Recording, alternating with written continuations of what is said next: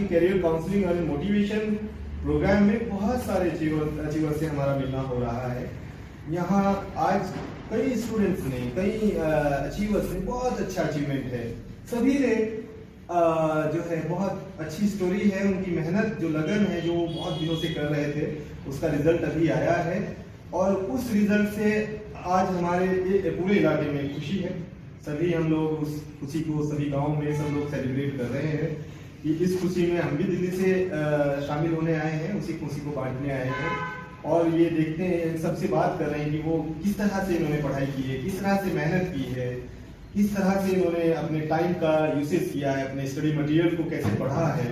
इसी फीडबैक को हमें दूसरे स्टूडेंट्स से तक पहुंचाना है और साथ में जो हमारे पेरेंट्स हैं, जो गार्जियंस हैं, उनसे भी बात कर रहे हैं कि जो इस तरह से उन्होंने अपने बच्चों को सपोर्ट किया है, जो आज उन्होंने ये अच्छा दिन देखने को मिला है, जो अच्छे रिजल्ट्स आए हैं, ये उनके लिए भी एक रिवार्ड है, इनाम है और हम सबके लिए। आज जैसे अभी हम आयशा कौर से हमने बात की और अलीना कौर से बात की है और आलिया से हम मिले हैं कि इलाहाबाद में उनका बीटेक कंप्लीट करने जा रही हैं। आयशा ने पीएचडी किया है, सारे तैयारी रही हैं। अलीना ने यूजीसी नेट किया है, अभी आईएएस की प्रिपरेशन कर रही हैं।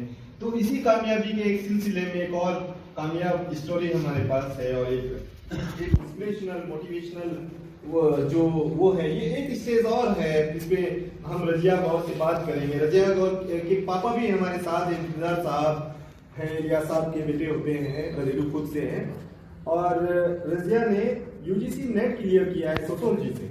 लास्ट ईयर इन्होंने पोस्ट ग्रेजुएशन कंप्लीट किया था, उसमें भी बहुत अच्छा स्कोर किया था इन्होंने और उसके बाद इन्होंने घर रहते हुए यूजीसी नेट की तैयारी शुरू की। इनकी शादी हो चुकी है। ये देखिए एक और अच्छा इंस्पिरेशनल वो है हमारे लिए कि जब शादी के बाद इन्होंने तैयारी शुरू की।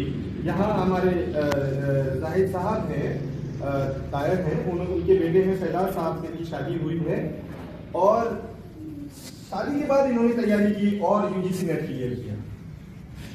तो रजिया बहुत मुबारक हो, रिश्तेदार साहब बहुत मुबारक हो, बहुत बड़ा अचीवमेंट है ये। गधेड़ू का नाम रोशन किया है आपने और हमारी दुआ है कि आप गधेड़ू का नाम पूरे हिंदुस्तान में, पूरी दुनिया में रोशन करें, पूरे हिंदुस्तान का भी नाम रोशन करें। आप अच्छी रिसर्चर बने, आप अच्छी टीचर बने, आप अच्छी प्रोफेसर बने, हमारी दुआ है सबकी। तो रजिया कैसा लग रहा है आपको, इतना बड़ा अचीवमेंट है ये? बहुत अच्छा लग रहा है। अच्छा, सबसे पहले तो आपका थैंक यू। जो आप जैसे पढ़ तो सब कोई लेता है लेकिन ऐसे घूमकर अपने को मोटिवेट करने के लिए बच्चों को बहुत कम आते हैं। पढ़ तो सभी चले जाते हैं फिर आते भी वापस। ये मुझे बहुत अच्छा लग रहा है इस तरीके का आपकी बातें देखकर कि आप मोटिवेट करने के लिए आए हो। और मेरी स्टोरी ऐसी है कि जो आपकी प्लानिंग रही, स्ट्रेटेजी रही, आपने पोस्ट ग्रेजुएशन किया और शादी के बाद आपने यूजीसी नेट क्लियर किया है। तो ये सिलसिलेवार आप बताइए कि कैसे आपने पढ़ाई की, सेल्फ स्टडी की या पूरी जो भी है आपकी सक्सेस को आपने? मैंने हमेशा ही सेल्फ स्टडी की है और मेरी पढ़ाई प्राइमरी स्कूल से शुरू हुई थी।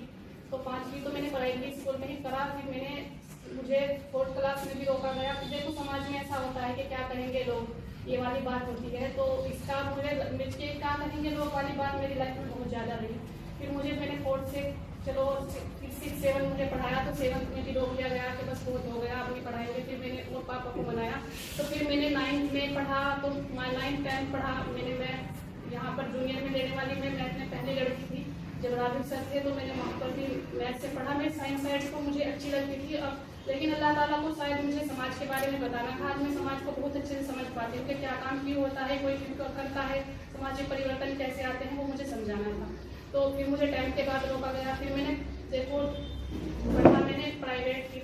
तो ये जो रुकावट आप बता रहे हैं वो रोक लेते थे पापा के। अच्छा भाई, ये लड़कियों क्या कहेंगे लोग, क्या कहेंगे लोग, वो क्या कहेंगे लोग वाला मसला ज्यादा था। तो फिर मुझे बाद में मैंने प्राइवेट करी। फिर मुझे चौधरी चरण सिंह यूनिवर्सिटी बीए करना मुझे अच्छा नहीं लगता था। मैंने बहुत कुछ कहा पापा को लेकिन इन्होंने कि नहीं करेंगे तो बीए इसमें थोड़ा कम जाना होता है।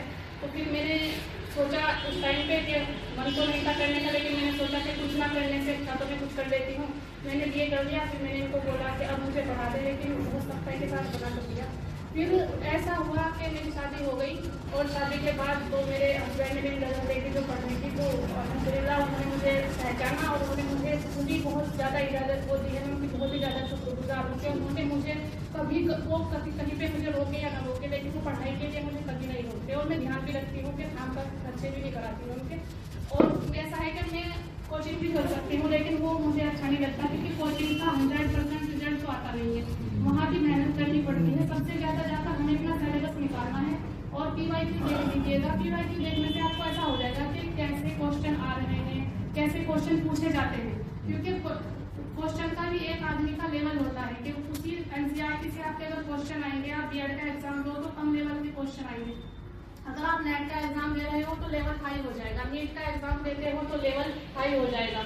कोई और IIT वाला तो लेवल होते हैं एग्जाम के, जैसा लेवल होगा ऐसे ही एग्जाम क्वेश्चन वहीं से आ रहे हैं, लेकिन लेवल पूछने का अलग है, तो आपको लेवल पता चल जाता है कि किस लेवल के क्वेश्चन है। और NCERT पढ़ने का तरीका होता है अलग। मैं बच्चों को ऑनलाइन भी कोचिंग कराती हूँ, ऑफलाइन भी पढ़ाती हूँ और माशाल्लाह सबके रिजल्ट भी सुधरते हैं। आज तक सभी बच्चों के रिजल्ट सुधरे हैं जिनको मैंने पढ़ाया है, लेकिन पढ़ने का तरीका अलग होता है NCERT का। और जो जैसे इन्होंने अलीना ने बताया कि मैं अपनी लाइफ में देखती रहती हूँ कि ये शुगर है तो इसका ऐसा होगा, उसमें NCERT पढ़ने के लिए सब ऐसे इस तरह से बोलते हैं कि उसमें सब कुछ ही आपकी लाइफ से जोड़ा हुआ लिखा होता है। और जब आप अपने आप को लाइफ से जोड़ के पढ़ने लगते हो तो आपको समझ में आता है अच्छे से। तो और NCERT पढ़ने का ऐसा नहीं होता कि आपने एक पेज खोला, एक लेसन खोला, आप उसको आधे घंटे में पढ़ सकते हो, लेकिन वो आधे घंटे में पढ़ने की चीज़ नहीं है।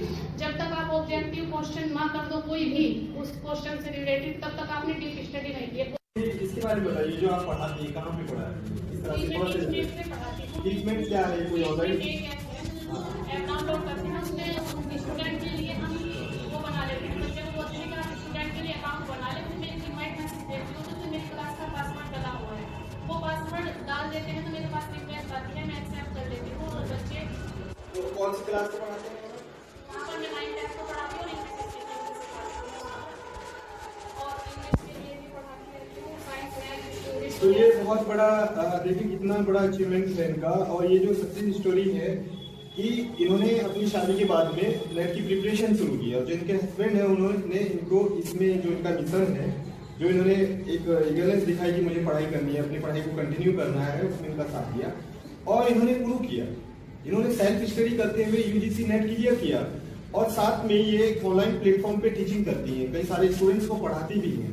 तो ये बहुत अच्छी मोटिवेशनल स्टोरी है। अब उन सब के लिए एक इंस्पिरेशन है जो घर में काम कर रही हैं, अभी लेडीज हैं या जो वर्किंग वुमेन हैं या जो जिनकी शादी हो गई और they want to pursue their dream और वो अभी चाहते हैं कि हाँ मुझे अपना कंटिन्यू करना है। तो ये मिसाल कायम की है इन्होंने कि भाई ऐसे शादी के बाद भी आप पढ़ सकते हैं, आप अपने ड्रीम को हासिल कर सकते हैं, आप अगर लगन से मेहनत से बताएं। जैसे इन्होंने अभी बता रही थी कि मैं जब पढ़ती हूँ तो किस तरह से, अभी तो आप जैसे शादी हो चुकी घर में काम भी करती होंगी, तो कैसे पढ़ाई करती हूँ? तो मुझे ऐसा है कि पढ़ने में अपनी सेल्फ स्टडी करती हूँ, लेकिन अगर कुछ होते हैं टॉपिक जिसके लिए जो टॉपिक मेरे समझ में आए सिर्फ मैं उन्हीं की वीडियोस देखती हूँ। वीडियो देखूँ या गूगल करूँ, तो अगर मुझे वीडियोस देखनी होती है, किसी सर का लेक्चर सुनना होता है, तो जैसे मैं रोटी बना रही हूँ तो साथ में मैं वीडियो तो साथ में कान में आ सकती है, तो मैं आवाज़ सुन लेती हूँ और वो साथ साथ में चला लेती हूँ और खाना भी बना लेती हूँ साथ साथ में। फिर जो खाली टाइम मिलता है उसमें मैं पढ़ लेती हूँ। देखिए कितनी अच्छी तरह से इन्होंने बताया कि काम करती हैं, जब ये खाना बना रही होती हैं, जब ये वो जो मैंने अभी मैं जो कह रहा था कि कोई भी मुश्किल नहीं होती। अगर आप अपने काम को, जैसे अलीना ने बताया कि ऐसा नहीं बताया कि कोई भी बहाना या कोई भी हर्डल आप नहीं कह सकते। अगर आप मेहनत करना जानते हैं और आपके जो टारगेट्स हैं उसकी जितनी मेहनत उसके लिए उससे भी ज़्यादा करते हैं तो वो टारगेट अचीव बहुत जल्दी कर सकते हैं आप। तो वो है हमारी अप्रोच, जो ईमानदारी से हमने एक टारगेट सेट किया है। अब उसी हिसाब से चाहे कोई भी दुश्वारियां हो, किसी भी तरह के हर्डल्स हों, अब इन्होंने बताया कि क्या इसके जैसे काम भी करती है, घर में खाना भी बनाती है, रोटी भी बनाती है, तो उस वक्त में जो ऑनलाइन ऑप्शंस हैं जिससे इनको उसकी आवाज आती रहती है, यूट्यूब चैनल से अपने टॉपिक्स को सुनती रहती है और काम भी करती रहती है। इसके अलावा इन्होंने हम इनसे पूछते हैं कि भाई ऑनलाइन कोचिंग और ऑफलाइन कोचिंग या सेल्फ स्टडी के बारे में आपका क्या ख्याल है, किस तरह? देखिए वैसे तो ये इंडिविजुअल होता है कि किसी को कोचिंग ले ली है या नहीं ले ली है। अगर किसी के पास है कि वो कोचिंग ले सकता है तो ले ले, लेकिन ये सोच ले कि 100% रिजल्ट तो उन कोचिंग का भी नहीं होता है। वहाँ पर भी आपको मेहनत ही करनी होती है। जो बच्चा वहाँ पर मेहनत करता है मिलती तो उनको ये सफलता। और दूसरी बात यह है कि मैं समझती हूँ कि सबसे पहले सिलेबस निकाल ले, आप अपना PYQ देख ले कि किस लेवल के आपसे क्वेश्चन पूछे जा रहे हैं, जो पिछले साल के क्वेश्चन हैं वो देख लें और उसी हिसाब से आप अपनी तैयारी करें। अगर आप ऑब्जेक्टिव पढ़ रहे हैं तो ऑब्जेक्टिव अलग तरीके से पढ़ा जाएगा, आप सब्जेक्टिव पढ़ रहे हैं तो आप अलग तरीके से पढ़ोगे।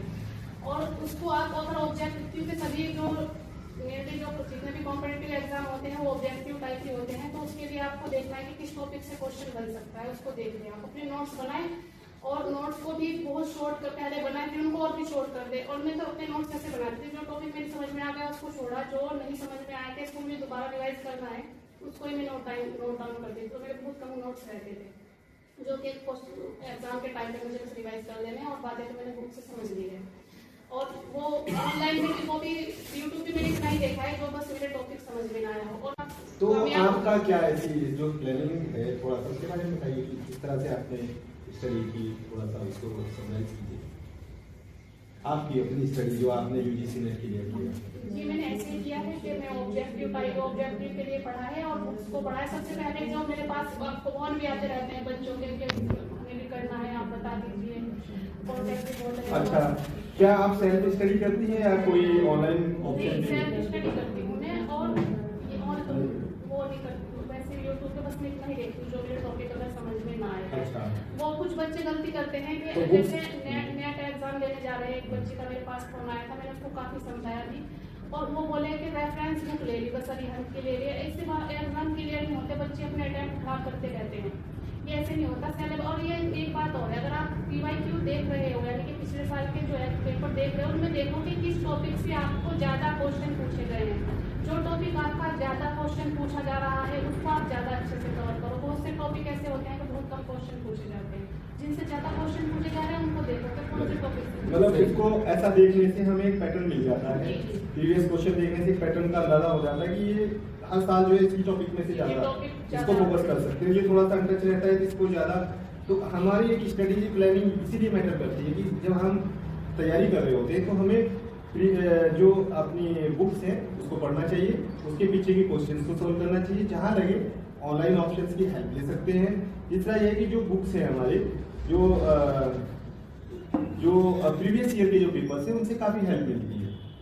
अभी जितने भी हमारे अचीवर्स हैं यहाँ, आयशा गौर हैं, अरीना गौर हैं, आलिया हैं और रजिया हैं, उन सबका यही कहना है कि उन्होंने सेल्फ स्टडी पे फोकस किया है। और जहाँ एक बात और है, जो कॉम्पिटिटिव एग्जाम अगर कोई भी देने जाता है तो मैं जैसे मैं सोशियोलॉजी से हूँ तो ये सोच ले कि सोशियोलॉजी आपको 10th लेवल का मैथ अपना मजबूत रखना है और आपको इंग्लिश पर भी थोड़ी कमांड होनी चाहिए। ये तो बात ऐसी है जो बिल्कुल जरूरी है। अगर आपका ये चीज नहीं है तो आप कोई भी एग्जाम ऐसा होगा जो आपके लिए। अच्छा, ये कहाँ 10th का बेस्ट जैसे आपका अभी? मैं ऐसे पढ़ती हूँ कि पढ़ा सकूँ। मैंने आज तक जितनी चीजें भी पढ़ी हैं वो मैं सब पढ़ा सकती हूँ। तो मैंने 10th तक भी अपना जैसे मैथ पढ़ा है तो मैं मैथ आराम से पढ़ा सकती हूँ और तब से ही पढ़ाती आ रही हूँ। तो ये आपके नेट में कैसे हेल्प करेगा? मतलब जो DI का पोर्शन आता है, रीजनिंग आती है उसमें। बिल्कुल सही, राइट। तो इसमें हेल्प करेगा। तो बेसिक मैथमेटिक्स और बेसिक इंग्लिश में हमें पे मेहनत करनी चाहिए। और इनका कहना है कि बेसिक मैथ्स और ये आपके जो फर्स्ट पेपर होता है उसमें जरूर आता है, कहना नहीं। और अगर आप इसमें अच्छा स्कोर कर लेते हैं तो अपने सब्जेक्ट में तो अच्छा स्कोर कर ही लेंगे। ये बहुत अच्छा पॉइंट रजिया ने हमें बताया है। तो रजिया, अभी आपका बहुत अच्छा ये UGC नेट हो गया है, अब आपका क्या इरादा है करने का? जी, मैं JRF पे करूँगी अभी में और PhD के लिए कोशिश करती। क्या टारगेट है आपका, क्या बनना चाहते हैं आप? तो अभी तो मुझे IAS के लिए भी तैयारी करनी है, तो वो मेरे पास अटैम्प्ट कम ही रह गए हैं क्योंकि एज का जो हो गया है मसला, काफ़ी बार मैं रोकी गई हूँ। तो इस वजह से करना तो मुझे UPSC पहले ही था, लेकिन मैंने सोचा कि कभी मैं UPSC भी ना हूँ और ऐसे भी रह जाए। इस वजह से मैंने पहले नेट का करना सही समझा मैंने, तो इस वजह से मैंने इसको नेट को पहले किया है। और एक दो अटैम्प्ट जो मेरे बच्चे हैं तो मैं ट्राई करके जरूर देखूँगी इंशाल्लाह। ये एक और चीज जैसे मिली कि जब आपके बहुत बड़े टारगेट्स हों तो आप छोटे छोटे टारगेट्स में से डिवाइड कीजिए। पहले आपने UGC टारगेट को ये आपने अचीव कर लिया, फिर आपने JRF में आपको कॉन्फिडेंस आया, उसके साथ साथ क्योंकि तैयारी आपकी जो जैसे अनिला ने बताया कि हम JRF में तो हमारा सेम सब्जेक्ट है तो उसकी भी प्रिपरेशन हमारी हो रही है। तो ये भी एक स्ट्रेटेजी है। जो टॉपर्स हैं या जो भी अचीव, कभी हम देखते हैं कि अच्छा उन्होंने सोशियोलॉजी से किया था, IAS हो गए, उन्होंने तो वो एक मेहनत होती है और उसके एक point पीछे, और एक है। स्ट्रेटेजी होती है जो यहाँ से मिल रही है, हमें सुनने को मिल रहा है वाले। जी जी, मेरा एक पॉइंट और है जिसकी वजह से मेरा JRF रह गया है। अगर वो पेपर में JRF से भी ज्यादा सोल्व करके सही कर सकती हूँ, लेकिन उससे मेरा JRF इस वजह से रह गया है कि टाइम मैनेजमेंट की वजह से। आप अपना टाइम मैनेजमेंट भी रखें कि टाइम कम होने की वजह से रह जाएगा, तो उसको मैं JRF जितना सोल्व कर सकती हूँ, सही कर सकती हूँ। और मेरा टाइम भी इस वजह से ज्यादा कम हो गया है कि जैसा मेरा वेडनेसडे में एग्जाम था तो मुझे सैटरडे में दौरा पड़ गया था और कई दिन तक उनका दिमाग भी। तो ये देखिए, एक चीज हमें आपने बताई कि उसी चीज पे हमारा जो अभी ये फीडबैक का वो होता है दूसरे स्टूडेंट्स को, जो हम ये फीडबैक देते हैं तो उसमें ये जरूर पूछते हैं कि आपकी टेस्ट जिस दिन आपका एग्जाम था उस दिन क्या स्ट्रेटेजी थी। तो उसकी स्ट्रेटेजी जैसे आपने बताया अभी आपका JRF में थोड़ा सा लैगिंग रहे आप, तो उसके लिए जो डेली टेस्ट होते हैं, जो मॉक टेस्ट होते हैं, जो आपका टेस्ट सीरीज होती है, जो प्रीवियस ईयर के जो पेपर्स हैं उसका जो रिवीजन है, कंटिन्यूअस रिवीजन प्रैक्टिस, वो आपको इतना स्पीड आपको दे देगा। उससे जब आप एक तो आपने सेल्फ स्टडी टॉपिक्स को अच्छे से पढ़ लिया सिलेबस वाइज, टॉपिक वाइज, फिर उसके पीछे के क्वेश्चन कर लिए, फिर आपने प्रीवियस 10 ईयर्स के क्वेश्चन को बार बार कर लिया, तो मुझे लगता है यहाँ पे रिवीजन एंड प्रैक्टिस का बहुत बड़ा रोल है। जैसे आयशा ने हमें बताया था कि भाई अगर आप रिवीजन प्रैक्टिस कंटिन्यूअस करते हैं तो उस दिन स्कोर करने में आपको हेल्प मिलती है। ये आयशा ने जी, और एक एग्जाम हॉल में सबसे बड़ी बात ये है कि आपको नॉर्मल रहना है, बिल्कुल ये सोच लेना है अगर आप थोड़े से भी हड़बड़ाओगे तो आप गलत कराओगे।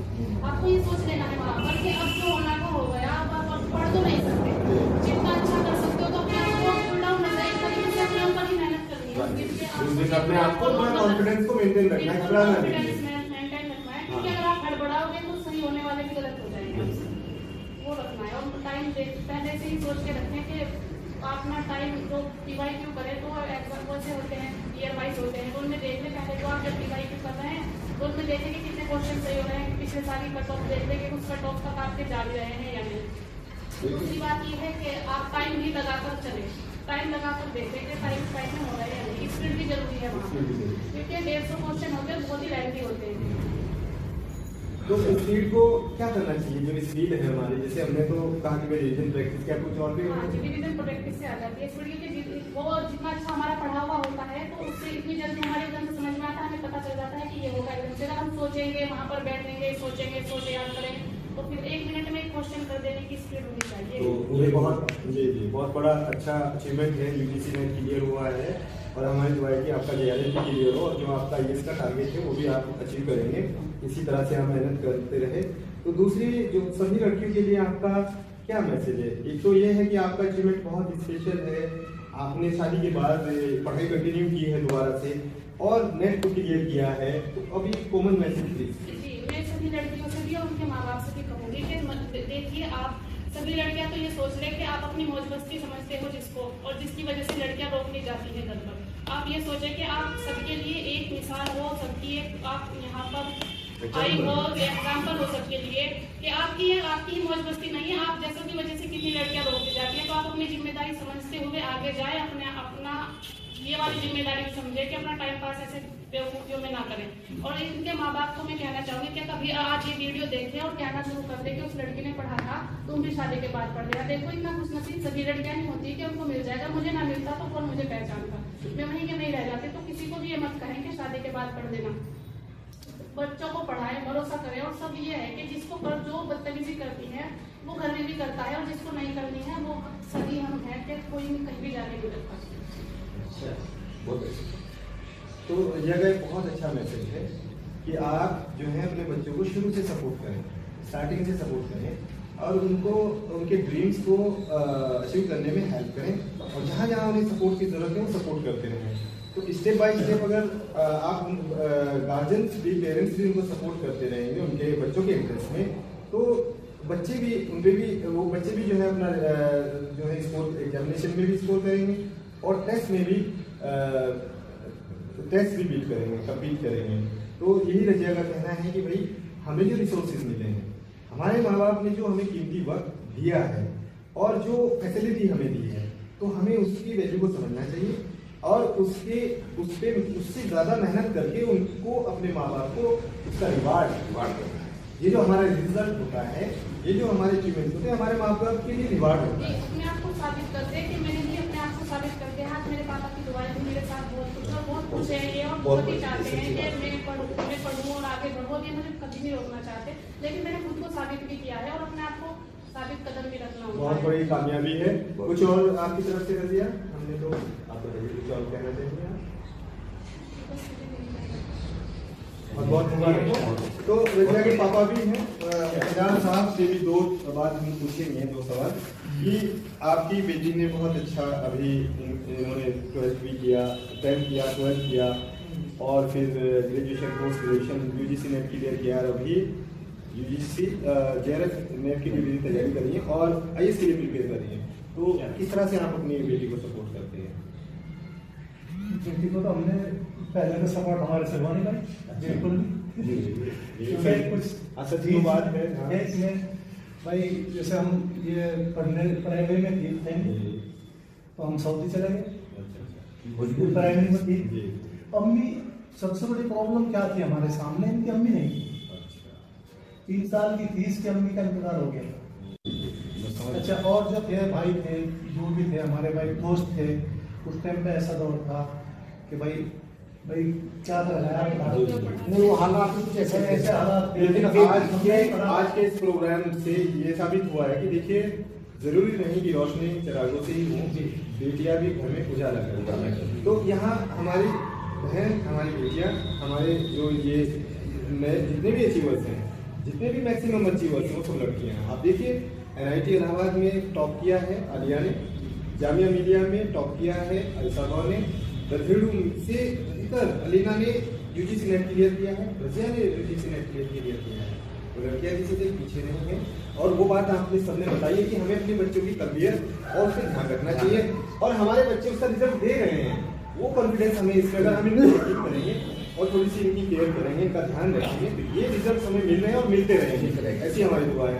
दूसरे बच्चे मैं तो ये कहना चाहूँगा कि भाई जो गलती मैंने की है वो आप लोग ना करें। बहुत अच्छी बात, बहुत बढ़िया गलती कर गया, बच्चों को बताइए और सपोर्ट कीजिए जो उनके ड्रीम्स हैं, जो एक बहुत ही अच्छी बात इंतजार साहब से हमें मिली है कि देखिए बेटी थी जबकि टॉपर थी, 6वीं 7वीं 8वीं में टॉपर थी, लेकिन अभी आज इन्होंने इस चीज को कॉन्फेस किया है, तस्लीम किया है कि इनसे गलती हुई है, इन्होंने ध्यान नहीं दिया उस टाइम। बच्ची टॉप कर रही है, अच्छा कर रही है और उस पर ध्यान नहीं दिया और आज इन्होंने ये कहा है कि नहीं, हमें ऐसा नहीं करना चाहिए, हमें ध्यान रखना चाहिए।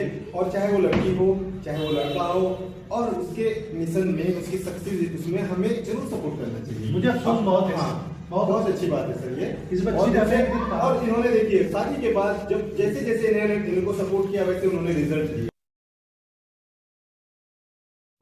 अभी जितने भी स्टूडेंट्स हैं उन्होंने अभी पढ़ाई कर रहे हैं वो, पर रजिया का अचीवमेंट हम सबके लिए इसलिए स्पेशल है। और एक स्टेप और आगे, एक और स्टेप आगे की सक्सेस स्टोरी है कि वो लड़कियां जो अभी पढ़ाई नहीं कर रही हैं, स्टार्ट करना चाहते हैं, उनके लिए बहुत बड़ा मोटिवेशन है कि आप अपना घर का काम करते हुए, अपने घर को सपोर्ट करते हुए अपनी पढ़ाई को कंटिन्यू कर सकते हैं। और जो आपकी ड्रीम है, जो आपने सोचा है कि मुझे हायर एजुकेशन लेनी है, तो इन्होंने वो प्रूव किया है कि कुछ भी मुश्किल नहीं है, कोई भी कितना भी बड़ा टारगेट हो उसको अचीव किया जा सकता है। शादी के बाद इन्होंने इसको UGC नेट क्लियर किया है और UGC नेट इन्होंने असिस्टेंट प्रोफेसर, उन्हें क्वालिफाइड फॉर असिस्टेंट प्रोफेसर। तो इंतजार साहब बहुत मुबारक हो भाई, बहुत मुबारक हो। ये हम सब के लिए जो घर में है उनके लिए जो भी बताया था मैंने भी, information is a super power. और हमारे घरों में बैठ के जो हमारे रिसोर्सेज हैं उससे हम पढ़ सकते हैं, मोबाइल से अपने जो रिसोर्सेज अवेलेबल है उसमें मेहनत करें। अभी से पहले गांव में नहीं, पूरे डिस्ट्रिक्ट में एक आध बंदा नजर आता कि उसका नेट क्लियर है, और यहाँ देखिए 4-5 लोग और JRF क्लियर है। कितनी बड़ी बात है। तो थोड़ी सी कोशिश करने से आपको स्कॉलरशिप मिलने लगेगी, आपके पेरेंट्स में भी, और आप भी अपने साथ साथ पढ़ाई भी कर सकते हैं और उसके साथ साथ और जो अपना स्टडी मटेरियल है परचेज कर सकते हैं, अपनी पढ़ाई को अच्छे से कंटिन्यू कर सकते हैं। इतने अच्छे ऑप्शंस अवेलेबल हैं। तो सर बहुत और हमारी दुआ है कि आप इसी तरह से अपने घर का, अपने पापा का, पापा जी का